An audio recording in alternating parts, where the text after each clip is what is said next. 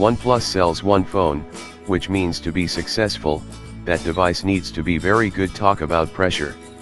The OnePlus 3T has always been easy to recommend.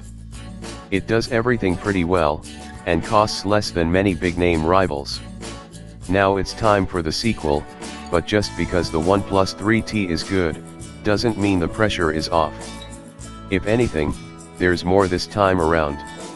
The OnePlus 5 refines what made the OnePlus 3T so desirable even further. It does more, has more power, and looks even smarter. But what we really like is how it's so incredibly accessible. The software is simple, and the features easy to understand. You just settle into using the OnePlus 5 like sinking down into your favorite chair. This accessibility is really important. OnePlus has a somewhat geeky image, like it's only suitable for tech enthusiasts. The OnePlus 5 proves this isn't true at all. Apple is a master at making phones like this, and the iPhone's influence runs through the OnePlus 5 very clearly. It sometimes steps over the line from homage to imitation. Our OnePlus 5 review shows how the company impressively manages to rise above this, to achieve a level of brilliance that separates it from other high-end smartphones. Here's how. An iPhone clone. From the back, the OnePlus 5 really looks like an iPhone.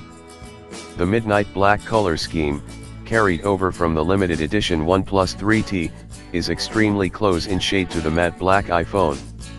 The OnePlus logo shines in glossy black in the top center, and in the top left is a dual lens camera flanked by a flash unit. Body-colored antenna bands curve around both ends of the OnePlus 5, just like they do on the iPhone. In the past, companies like Huawei have been accused of copying the iPhone's design, and while it still does to a certain extent, it has found its own style more recently.